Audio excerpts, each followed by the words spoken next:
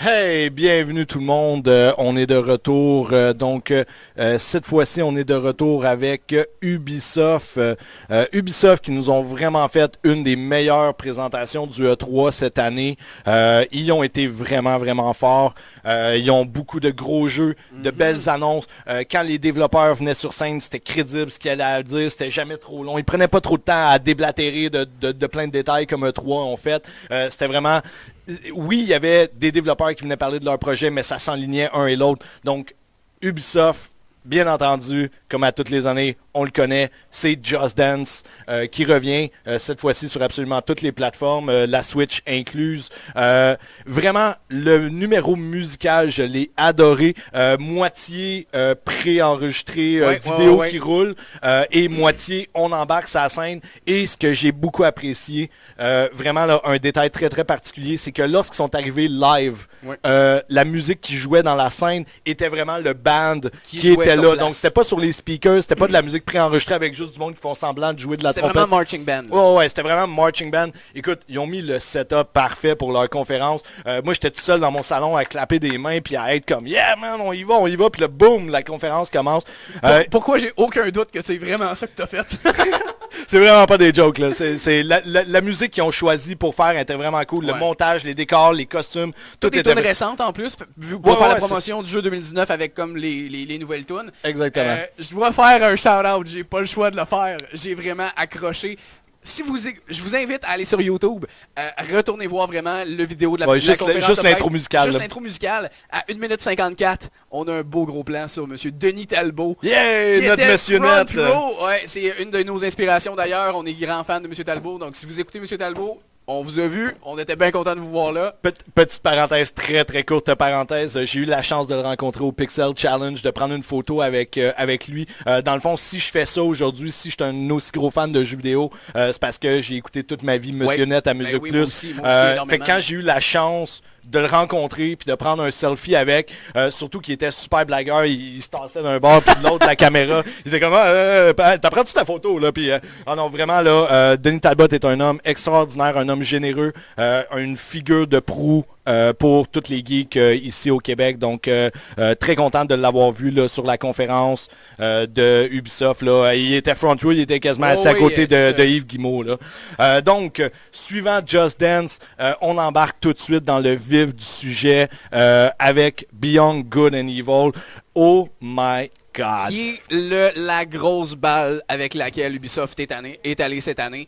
On avait déjà eu l'année passée, c'était au E3 qu'on avait eu le vidéo de exactement. Puis c'était vraiment juste comme une cinématique qui nous montrait quelques personnages. Cette année, on est vraiment allé plus en profondeur. On avait l'équipe, dans le fond, 2 personnes de l'équipe de production qui étaient sur le stage pour nous expliquer un peu à quoi s'attendre par rapport au jeu. Ben, c'est ça. Dans le fond, la présentation a commencé par une cinématique, probablement une des plus belles cinématiques que j'ai vues. C'est fou raide, une des plus belles cinématiques que j'ai vues. Dans le fond, l'espèce de bateau, tout le crew de personnages qu'on a vu dans le dernier trailer se retrouve comme pogné dans une espèce de tempête dans des anneaux de Saturne, dans des anneaux style les anneaux de Saturne.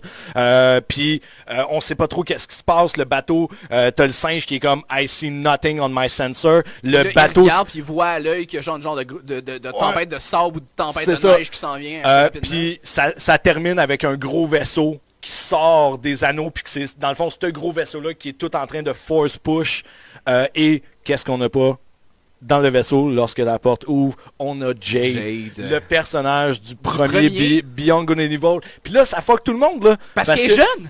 Ben, il est jeune, puis non seulement ça, mais c'est parce que dans Beyond Good and Evil 1, on rencontre Jade, elle est sur une planète, c'est pas une exploratrice, c'est une photographe, elle est pognée sur cette petite planète-là qui est comme sa home planète.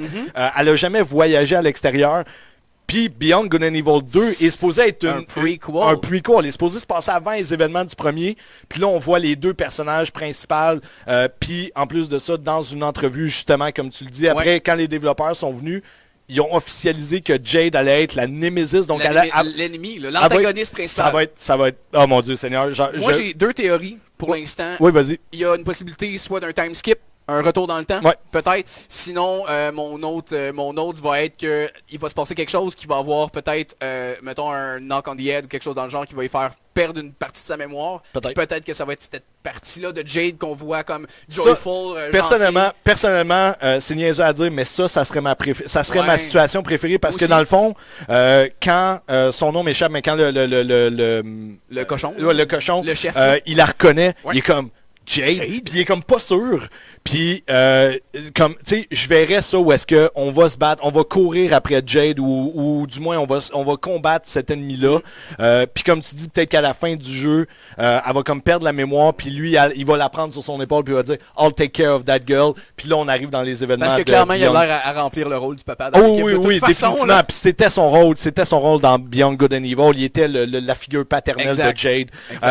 Donc, un trailer absolument incroyable. Sérieusement, si vous ne l'avez pas vu, allez le voir. C'est la plus belle cinématique CGI que j'ai vue. Quand la cinématique a commencé, sincèrement, je pensais qu'on regardait un film. Là. Moi aussi, pour vrai. Il y a beaucoup de monde qui dit ça de CGI, mais tu sais, je veux dire, c'était World of Warcraft. CGI well done. Ouais, c'était World of Warcraft, the movie, CGI well done. Là. Sincèrement, allez le voir, le trailer. Donc, après ça, comme Matt l'a dit, les producteurs sont venus sur le jeu, nous donner un petit peu plus de détails. On a vu une courte séquence de gameplay où est-ce que le personnage jump sur les édifices, prend son vaisseau, part dans l'espace. Tape de 3 ennemis. Ouais, c'est ça, tape de 3 ennemis. Donc ça va être, côté gameplay, ça va être très très action game, hack and slash en quelque sorte. Ça va être très rapide, mais ça va être vraiment les mécaniques de voyager en dehors des planètes, prendre ton speeder, rentrer dans ton gros vaisseau. C'est ce que j'allais dire, il va avoir un gros élément qui va être autour des véhicules. Mais effectivement, là, pour vrai, ça va être... j'ai juste trop hâte de C'est ça, mon hype level pour ce jeu-là va être dépassé par seulement un jeu dans toutes les conférences, mais Beyond Good and Evil, malgré Anthem de BioWare, est en ce moment mon numéro 2 des jeux. Ouais, non, il y a un jeu plus loin dans les conférences plus tard qui a été mon choix de 3. Mais Beyond Good and Evil, sincèrement, en ce moment est mon numéro 2. Je peux pas te dire à quel point j'attends ce jeu-là avec impatience. Clairement, en plus, quand on se parlait cette semaine, quand tu m'as appris justement que CD Red Projekt, le Cyberpunk 2077, tu me disais justement, Matt, ça va être un shooter RPG, mon cœur est brisé, j'ai comme fait, ça y est, Beyond Good and Evil vient comme de scale up dans sa liste. Clairement. C'est sûr que, on va y revenir vite. C'est sûr qu'après les détails que j'ai eu de Cyberpunk, tu sais, comme je suis revenu un peu plus sur la rail de dire comme, ok, je suis curieux de voir ce que ça va être. Définitivement, Cyberpunk, je l'attends parce que CD Projekt Red sont incroyables, mais ça va me prendre de jouer le jeu pour donner mes impressions. Tandis que Beyond Good and Evil, il frappe toutes les notes pour moi. C'est ça, exact. Tu crées ton propre personnage, tu bâtis ton crew de pirates, t'as ton propre gros vaisseau amiral, t'as tes propres vaisseaux fighter, t'as ton jetpack, tu te promènes dans les villes, c'est tout open world, tu te promènes dans l'univers, tu vas d'une planète à l'autre. Écoute, il n'y a rien dans ce qui me promet de Beyond Good and Evil qui est pas au top de ma liste. Je comprends très bien ça. Ça a été la grosse année de présentation d'acteurs du côté d'Ubisoft cette année. Hein? Oui. On a eu, justement dans la présentation de BG, ça a été la collaboration de Joseph Gordon-Levitt qu'on a vu dans les derniers films de Batman. D'ailleurs. Dans Inception. Dans Inception également. Donc, dans le fond, lui, il est venu un peu comme un spokesperson pour annoncer un projet de collaboration avec la compagnie. Dans le fond, c'était un projet d'or. Tu connais-tu sa compagnie Gordon? J'avais jamais entendu parler de sa compagnie pour être franc avant que je le vois sur le stage. Ben dans le fond, Joseph Gordon-Levitt, il a commencé cette compagnie-là, je dirais, il y a peut-être 5-6 ans de ça. Dans le fond, le but de sa compagnie, c'est que, disons que toi, tu es quelqu'un qui aime écrire des scénarios de films. Mais tu n'as pas les moyens de produire le film au complet. Tu vas sur son site web, puis dans le fond, tu proposes ton scénario. C'est pas une compagnie qui va te financer pour faire un film. C'est une compagnie qui va réunir... Ah, ok, toi, tu as écrit un scénario? Cool. Hey, ici, j'ai un gars à Montréal que lui, c'est un cinéaste. On va aller le chercher. Il va venir t'aider. Hey, on a un gars, là, c'est un directeur photo. Cool, fait qu'il réunit des artistes de différentes habiletés à venir collaborer ensemble sur différents projets. Donc, c'est exactement ça qu'ils sont venus proposer par rapport à Beyond Good and Evil. Donc, ils sont présentement en campagne de recrutement. Avec cette compagnie-là, en campagne de recrutement, d'une certaine certaine façon. Puis ce qui est cool, c'est qu'ils sont pas arrivés en disant on cherche de musiciens que tu vas faire ta track, puis ta track va être dans le jeu nécessairement. Ça va être vraiment, on va aller chercher ton musicien, on va t'amener en studio, puis tu vas collaborer à faire la musique. Dans le fond, ils ont vraiment envoyé une invitation ouverte. Donc n'importe qui, là, ici à Québec, à Montréal, vous êtes quelqu'un qui fait de la musique, du artwork, du level design même. Là, il parlait même de graffiti, de peinture, de peu importe. C'est vraiment large. Là.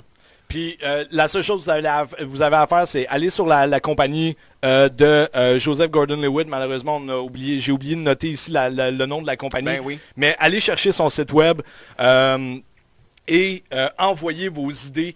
C'est vraiment une invitation ouverte et les projets qui vont être sélectionnés vont être... vous allez travailler conjointement avec l'équipe d'Ubisoft Montpellier et avec Joseph Gordon-Levitt parce qu'il participe activement à tous les projets. C'est Hit Record, la compagnie. Hit Record, parce que Joseph participe lui-même très très activement à tous les projets qui se développent sur son site. Là. Il va appeler les artistes, il va leur donner des conseils, il va les aider à amener leur projet au prochain niveau puis des affaires comme ça. Donc cette collaboration-là avec Ubisoft, je la trouve vraiment débile, d'amener le public à créer pour le jeu.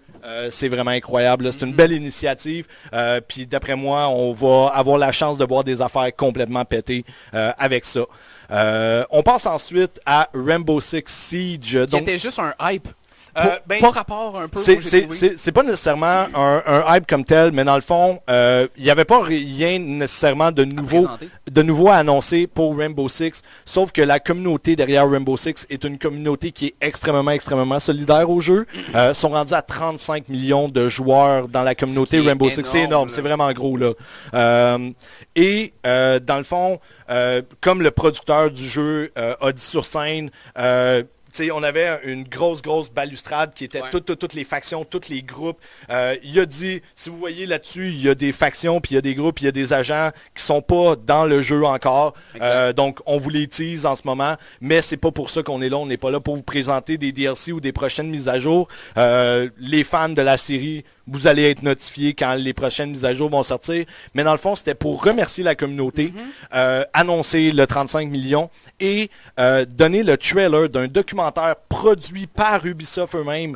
Un documentaire qui va tourner autour de, je pense, 4 personnes qui ont influencé ou ont été influencés par la communauté de Rainbow Six. Donc, vraiment hâte de voir ça. Allez sur le site de Ubisoft, voir le trailer pour le documentaire. Moi, c'est sûr que c'est quelque chose que je vais regarder. J'adore ce genre de contenu-là. Le fait que ça vienne directement de Ubisoft. Une genre de lettre de remerciement aux 35 millions de joueurs de Rainbow Six.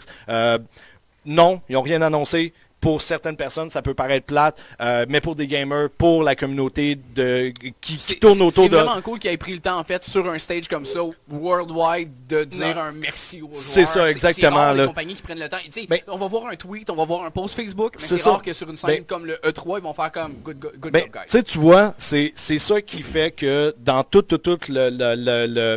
le hype qu'est le E3, c'est une des raisons pour laquelle Ubisoft et Bethesda m'ont impressionné le plus. Moi, ça a été ma préférée. C'est les deux seules compagnies qui sont montées sur stage, comme tu dis, devant des millions d'auditeurs, devant du public qui n'est pas nécessairement tout le temps des gamers, des monsieur, madame, tout le monde qui vont regarder le E3 avec leurs enfants ou quoi que ce soit, et de prendre le temps de dire « Hey, merci d'être fan de notre compagnie, merci d'être là pour nous. » Dans le fond, si on fait des jeux, c'est grâce et pour vous. Donc, merci d'être là pour nous encourager. On va continuer à développer des jeux pour vous autres. Puis ce qui était encore plus cool aussi, rapidement, oui, vas-y. Ce qui était vraiment cool aussi, c'est que la majorité des gars ou des femmes qui étaient sur le stage étaient soit des Français ou des Québécois. Donc, c'était vraiment cool de voir comme, tu voyais, c'était genre... Hello, my name is Bruno Blanchet.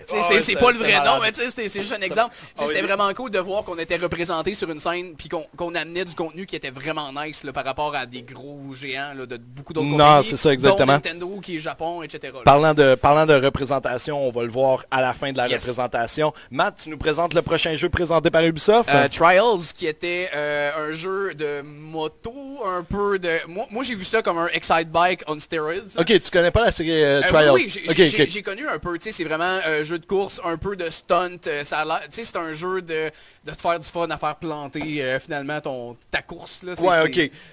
Dans le fond, le Trials, c'est quelque chose qui existe pour vrai. Ouais. Dans la vraie vie. Okay. Dans la communauté de motocross, le Trials existe pour vrai. C'est des courses à obstacles, un peu extrêmes en quelque sorte. Ils vont avoir des barils qui explosent puis tout ça. Mais c'est vraiment des courses à obstacles. Et la série Trials, tous les jeux vidéo, ont vraiment suivi cette dynamique-là pendant tout. Ça faisait plusieurs années que Trials n'était pas revenu. D'ailleurs, la personne qui est montée sur stage pour présenter le jeu... C'était très cool comme entrée. Ce gars-là, il est extrêmement connu dans le monde de la motocross. Et la deuxième personne qui est venue, dans le fond, lui, c'est un YouTuber.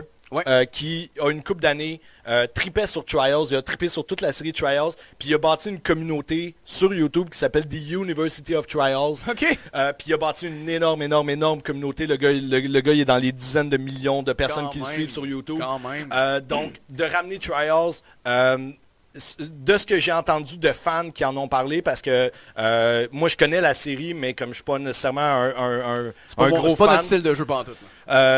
Je veux dire, je pense que le dernier Trials que j'ai joué, c'était sur début PS3. Ouais, c'est ça. Ou un jeu, peut-être un m'emmener sur mon mobile. cellulaire. Je sais qu'il avait fait des jeux mobiles. Oui, exactement. Donc, ça faisait longtemps qu'il n'y avait pas eu un Trials, comme on va dire, classique. Et selon ce que j'ai entendu des fans, vraiment avec ce Trial-là, sont revenus à la bonne vieille formule. Que, dans le fond, tes tracks que tu fais, c'est pas juste d'aller vite puis de tout péter, ça en devient un puzzle. Ça devient, faut que tu prennes le jump à la bonne vitesse au bon moment avec le bon angle. Donc, pour les fans de Trials, le nouveau jeu a l'air vraiment excellent. Les graphiques étaient superbes. Ensuite, on a eu beaucoup plus de détails sur Division 2. Donc, en gros, un peu comme on l'a dit, on revient au tout début avec EA, disant que c'était l'année des DLC gratuits.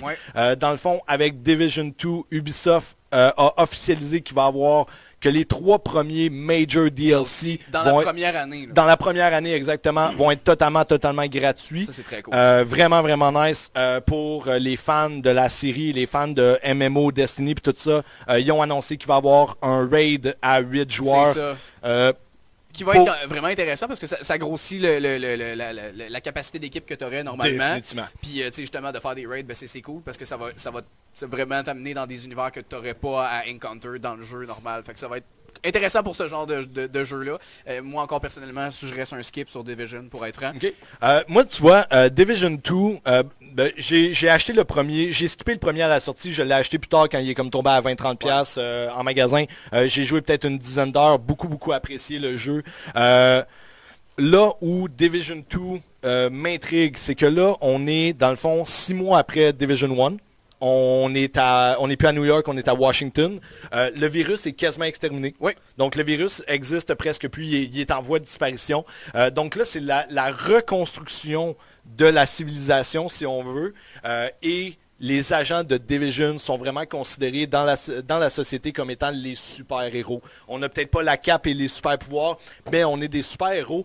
Donc, ils vont jouer beaucoup sur cet aspect-là de communauté, où est-ce que tu vas avoir des petits settlements avec des NPC avec lesquels il va falloir que tu interagisses, qui vont t'envoyer faire des quests. Ça sera plus juste ton commandant d'unité qui te donne tes quests, ça va être vraiment la population de la ville qui va t'envoyer reconstruire la société en quelque sorte. Donc, vous pouvez attendre de Division 2 le 15 mars 2019. Et une dernière note, ils ont officialisé que vous pouvez faire absolument tout le contenu du jeu totalement tout seul. Même après l'histoire, le contenu après-game va être jouable tout seul, va juste être plus facile ou plus adapté, plus adapté à du multiplayer. Matt, prochain jeu, c'est pour toi ça. Ça a été une super belle présentation, j'ai vraiment trippé parce que en fait, après ça on a eu le droit à la présentation du DLC de Donkey Kong pour Mario Rabbids Kingdom Battle. J'ai adoré la présentation.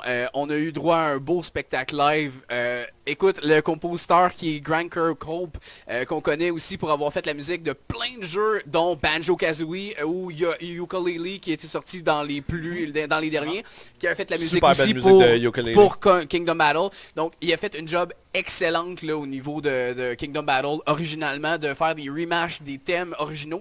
Il a refait la même affaire avec les thèmes de Donkey Kong. Ils ont fait un spectacle live avec un band, donc il y avait drum, guitare, contrebasse, il y avait vraiment comme un setup un peu plus classique avec du électrique plutôt à travers. Ce que j'ai trouvé vraiment cool, c'est qu'ils ont fait ça live pendant la présentation du vidéo. Donc, ils ont fait vraiment la représentation de la toune telle quelle. C'est sûr que le vidéo était monté en conséquence pour filmer. Mais ce qui était cool, c'est qu'on a eu un hint du rap de Donkey Kong, le fameux rap de Donkey Kong 64. Fait qu'on a eu juste une petite parcelle. Si vous réécoutez le vidéo, vous allez voir, il y a comme juste comme le beat de fond, puis un petit rap rapide. De petit scratch là, qui... You're finally here, come on, be coming for you. Fait que non, c'était vraiment très cool. Fait que j'ai adoré cette partie-là. Puis on a eu d'ailleurs que finalement tout ce qui manquait à ça, on savait que ça sortait en juin. On a eu la date 26 juin. Donc ça s'en vient dans 13 jours exactement en date d'aujourd'hui. Ça va être un bail. Moi c'est officiel. Le Season Pass est déjà acheté. Ok, c'est ça. Moi au launch, j'ai acheté le jeu, j'ai acheté le Season Pass. J'attends qu'il sorte. J'attends juste de l'avoir. Fait que c'était le dernier DLC qui va sortir pour le jeu. Encore une fois, je réitère que ça va être un chapitre complet. Donc plusieurs heures de gameplay. On tombe à 3 personnages, comme j'avais dit, Donkey Kong, Cranky, Rabbid Cranky et Rabbid Peach là, dans le fond. Fait que ça va être vraiment intéressant. Des nouveaux ennemis. On a vu, tu sais, comme dans le fond, les gros bonhommes qui sont un peu plus des tanks, là, ils ont l'air d'avoir un saut comme de shark, puis ils vont dans le sable, puis ils se promènent là-dedans. Fait qu'il va y avoir des nouvelles mécaniques qui vont être introduites absolument, avec des nouvelles mécaniques, autant au niveau des ennemis, autant qu'au niveau de tes attaques à toi, tes façons de te promener au niveau du jeu, parce que tu sais, on savait déjà que dans le jeu, là présentement, tu pouvais te promener, te cacher, te faire un jump sur un de tes teammates. Maintenant, Donkey Kong va avoir accès à des lianes. Fait qu'il va pouvoir se garrocher d'une liane à l'autre. Oh, nice! C'est ça, puis c'est ça. Fait que, tu sais, toutes sortes de mécaniques de même, ça va être super intéressant. J'en parle pas plus. Vous irez voir le trailer directement si vous voulez en savoir plus. Moi, c'est un must-buy. Cool. On va voir un petit peu plus tard dans la conférence là, que le partnership Ubisoft-Nintendo est vraiment très très fort. On va y revenir. Ensuite, on a eu une belle présentation de Skulls and Bones. Oui. Donc dans le fond, Skulls and Bones qui au départ était la mécanique de combat naval de Assassin's Creed Black Flag. Mais là, il a vraiment l'air de prendre sa propre identité. Yes. Oui, vraiment.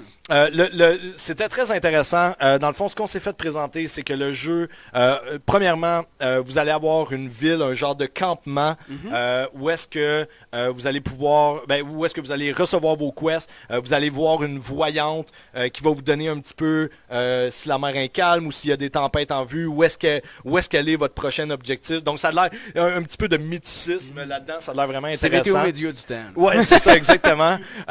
On est dans la mer Indienne. Donc on n'est pas dans les Caraïbes. Non, parce que dans le fond, ce qui explique dans le trailer, c'est que les Caraïbes ont été pris par les marines marchandes. Puis le contrôle de la piraterie a été comme vraiment tassé. Fait que les autres ils ont fait fuck it, on s'en va ailleurs. Fait que c'est vraiment justement comme tu disais l'océan Indien. Là. Donc c'est ça. Lorsque vous êtes dans votre ville, vous avez votre personnage que vous allez pouvoir customiser. Vous allez pouvoir vous promener dans la ville comme vous voulez. Une fois dans le bateau, là, c'est vraiment, vous êtes dans le bateau, vous contrôlez le bateau comme à l'époque dans Black Flag. Beaucoup de sortes de bateaux. Il y a des éléments stealth où est-ce que vous pouvez camoufler votre bateau avec des voiles et des drapeaux de différents pays pour passer à côté. Exact, faire du stealth finalement. C'est ça. Il essaye de passer pour un vaisseau marchand portugais pour pas se faire remarquer. Par un fort qui est en train d'attaquer des pirates. Puis c'est cool parce que même ton crew a l'air à te donner comme des hints parce que tu sais, on voyait dans la vidéo, là, tu pointes comme tes canons au bateau, puis là, il y a un de tes crews qui fait comme c'est pas une bonne idée, capitaine, on va se faire pogner. Là. Non, c'est ça, exactement. Donc vraiment intéressant. Les mécaniques avaient de l'air cool. Moi, au début, j'étais comme, oui, j'adore les combats navals de Black Flag. Chez toi, c'est un élément que t'avais beaucoup aimé. À vrai dire, j'ai jamais fini l'histoire de Black Flag, mais j'ai joué à peu près 200 heures de piraterie dans Black Flag. Donc, au début, le jeu, j'étais comme, pas sûr si je veux un online de même, mais finalement, apparemment que tu peux faire le jeu complet, encore une fois, en un single player adventure. Donc, j'ai bien hâte de voir ce que ça va donner. Pour moi, ça va probablement être je vais louer, je vais voir qu'est-ce que ça a l'air. Mais le fait qu'ils ont dit que tu peux jouer le jeu complet tout seul, mais que c'est plus cool si tu amènes tes amis à former un crew, on va voir. Ensuite, comme tu l'as dit un peu plus tôt, Mathieu... C'est l'année des acteurs au niveau d'Ubisoft. Peux-tu nous parler de la prochaine présentation? Dans le fond, après ça, on a eu Elijah Wood qui était connu pour son rôle de Frodon là, dans La Seigneur des Anneaux en majorité.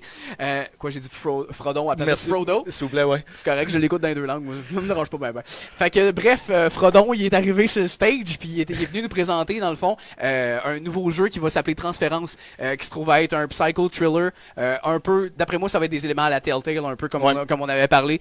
C'est ce que ça avait l'air de... Ce qui est cool, c'est qu'il y a l'air d'avoir des éléments qui est vraiment comme gameplay, mais il y a l'air d'avoir beaucoup de cutscenes cinématiques. Mais pas cinématiques CG, cinématiques tournées. Non, là, c'est ça. avec des vrais acteurs. Moi, le feel que ça me donnait, c'était un genre de Until Dawn, Evil Within. Oui, exactement. Vraiment, là, psycho horror. Resident Evil VR. Exactement. Puis justement, il parlait qu'il allait avoir des compatibilités VR là, pour ce jeu-là. C'est le genre de jeu que tu joues en VR puis tu dors plus pendant 3 semaines. Non, c'est ça, exactement.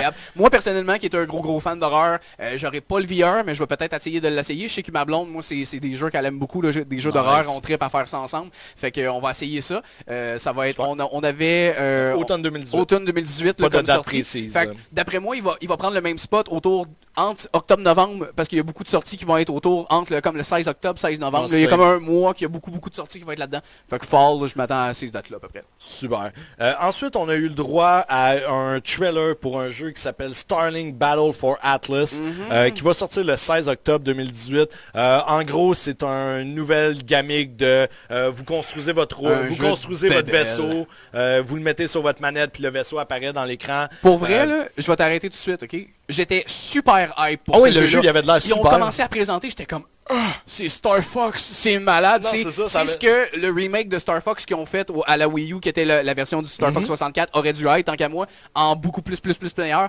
Puis là, un moment donné, ils montent un genre de vaisseau en plastique avec des canons les parts, qui changent. Là, j'étais comme, non, ça va pas être un jeu de bébelle, là, qu'il va falloir que tu achètes genre 56 cossins pour être capable de passer l'émission. Parce qu'ils disent, mais c'est innovateur, tu peux changer les guns on the go. Fuck you, man, sérieux. Faut que j'achète 80$ de jouets à côté de mon jeu pour être capable. Non. On n'a pas eu de détails à savoir si ça prenait absolument les jouets. J'espère que non, pour être franc, parce que moi, ça serait un killer pour moi. Mais c'est ça, parce que le jeu avait de l'air vraiment intéressant. Même moi, à un point, j'étais comme, yo dude, ça me prend ce jeu-là, là, ça a l'air trop cool. Mais quand j'ai vu exclusivité Nintendo Switch, j'ai comme fait, non, attends, je te reviens. Quand on disait qu'il y avait une bonne entente entre Nintendo et Ubisoft, Starlink Battle of Atlas va sortir sur toutes les consoles. Oui, non. Mais il y a un personnage de Nintendo, bien entendu. C'est des vaisseaux spatials, c'est des batailles. Donc, Star Fox, exclusif à la Switch, va faire son apparition dans la série, dans le jeu Starlink Battle for Atlas. C'est un choix extrêmement logique. J'ai adoré la petite note. Donc, Miyamoto, l'année passée, qui était monté sur la scène d'Ubisoft, et Ubisoft leur avait remis les guns de Kingdom Battle. Yes. Cette fois-ci, ils ont remis... moi, j'ai trouvé le package absolument incroyable. C'était une boîte noire avec le logo de Starlink sur le top. Et lorsqu'on ouvrait la boîte, c'était le vaisseau de Star Fox avec un super beau pied en verre. C'était écœurant, le vaisseau était gros. Là. Le vaisseau il était à peu près là, comme gros de même. Là. C'est niaiseux sur un écran. Là. Non. Mais il était à peu près gros de même avec le petit Star Fox à côté. Mettez vos mains de même, vous allez voir un scale. C'est ça. Miyamoto qui était comme quasiment sans voix. Il y avait le sourire au visage parce que Miyamoto a toujours tout le temps un sourire d'en face. Mais tu voyais qu'il était sans mots. Il essayait de dire merci puis il était comme... c'est ça. Mais en plus, moi, ce que j'étais comme mitigé entre les deux de savoir parce que dans le fond les présentateurs c'est des présentateurs français. Donc peut-être que la communication c'est pas super bien faite avec l'accent, peut-être que Miyamoto comprenait pas. Moi ce que j'ai vu c'était peut-être plus de la confusion dans sa face de dire comme qu'est-ce qu'il me dit? Mais j'étais comme OK. Non, c'est ça. Moi je l'ai vu comme un peu surpris, émotionnel. En fait, ta version est beaucoup plus romancée puis beaucoup mieux que la mienne. Mais écoute, moi je l'ai vu comme vraiment genre il a pas l'air à savoir quoi faire, mais c'était vraiment cool de faire un shout-out à Miyamoto qui était là. Et non pour la présentation de Nintendo, fait que j'ai trouvé ça vraiment cool. Ensuite, on a eu des mises à jour pour For Honor. Il va y avoir un Marching Fire China DLC. Nouvelle faction, les Woolians, ça va amener 4 nouveaux fighters, sortie 16 octobre 2018. Exactement. Et on a eu un nouveau trailer pour The Crew 2. Pas de date de sortie encore, donc tant mieux. Et ils ont terminé leur conférence. Oui. Tantôt, on parlait de shout-out de personnes locales provenant des studios de Ubisoft Québec. Donc, c'est un jeu sur lequel le studio de Québec travaille depuis les 3 dernières années. Ouais. C'est Assassin's Creed Odyssey. Mm-hmm. Donc, vraiment nice. On s'en va dans la Grèce antique. Odyssey se passe avant les événements de Origin. Oui. Donc, 2-3 petites choses vraiment intéressantes qui, moi, m'ont fait donner un hype incroyable pour ce jeu-là. Premièrement, on a le choix entre 2 personnages. On peut choisir un homme ou une femme. Oui. Qu'on soit l'homme ou la femme, on est dans le fond le Descendant de Léonidas. Ouais, on est dans le fond notre mère et la fille de C'est ça, Léonidas. c'est comme notre grand-père. Exactement. Léonidas, c'est notre grand-père. Pas juste ça. C'est quand même une belle famille. C'est quand même une très très belle famille. Donc vraiment nice. Il va y avoir des éléments il va y avoir des éléments RPG, des éléments de finalement pour la première fois dans une série Assassin's Creed, on va avoir des choix de conversation et les choix qu'on va prendre à travers les quests vont influencer comment le monde va. Parce que dans le fond, on se fait dropper dans une guerre entre Sparte et Athènes. Oui. Donc entre Sparte et Athènes. Dans le fond, on doit prendre part au conflit et on peut vraiment décider... Faire notre choix de quel bord Exactement. on On peut décider d'aller du bord de Sparte, on peut aller décider du bord d'Athènes, on peut décider de partir de notre propre faction de mercenaires parce qu'on est un mercenaire. Un mercenaire, ouais, c'est ça. Et pour ceux qui se rappellent, les plus anciens Assassin's Creed, je parle du 1, 2, Brotherhood, Révélation et le 3, on était à la recherche de reliques du passé. Oui. On avait la pomme d'Éden dans le 2. C'est un peu fucked up comme style de mission, là. C'était nice, qu'est-ce que ça représentait. Mais ces objets-là, dans le lore de Assassin's Creed, sont extrêmement importants. Et ce qui est vraiment nice, c'est que dans Assassin's Creed Odyssey, au début du jeu, on se fait remettre par notre mère la lance de Léonidas et on découvre que c'est une de ces reliques-là. Oh, nice. Donc on va l'avoir du début à la fin du jeu. Est-ce qu'on la voyait dans les autres jeux? Non, on l'a jamais vu dans aucun jeu. Moi, je suis pas un joueur d'Assassin's Creed. C'est ça, on l'a pas vu. C'est comme lui, mon encyclopédie là-dessus. On l'a pas vu dans aucun Assassin's Creed. On l'a peut-être vu dans Origin. S'il y en a qui ont fini le jeu d'Origin puis qui en ont fait de mention, dites-moi-le. Moi, j'ai pas fini Origin, donc je le sais pas. Mais elle était pas présente dans les vieilles. Mais les reliques, ces différentes reliques-là sont importantes dans le lore de Assassin's Creed et le fait qu'on commence avec dès le début du jeu, qu'on va l'upgrader. À la place de la lame, ça va être comme ton weapon c'est ça. principal. Puis dans le fond, tu vas avoir un arbre de talent pour ton personnage. Puis tu vas comme avoir un arbre de talent pour ta lance. Donc ta lance va avoir différentes un peu à la God of War habiletés. que t'avais comme un arbre de skill pour la hache. Ouais, c'est ça, exactement le même principe. Donc vraiment hype pour Odyssey, le jeu il est magnifique. On a vu dans le trailer le côté féminin de l'histoire et sincèrement, j'ai adoré le voice acting. C'était très crédible. J'ai hâte pour ce jeu-là. Je suis un fan de la série. Je le manquerai pas. Puis éventuellement, j'aurai des nouvelles à donner par rapport à ce jeu-là. Donc, c'était pas mal ça pour la présentation de Ubisoft. Donc, on espère que vous avez aimé encore une fois. Moi, personnellement, ça a été ma présentation préférée, comme je vous avais dit tantôt, du fait que ça a été une des seules présentations live vraiment du monde qui était sur le stage pour présenter leur jeu. Ils ont fait un job incroyable, fait qu'un gros shout-out à Ubisoft. Encore une fois, on espère que vous avez aimé l'épisode. Le prochain va être sur PlayStation, donc on s'en va vers ça. Donc, on se revoit dans quelques minutes. Geek Ride out!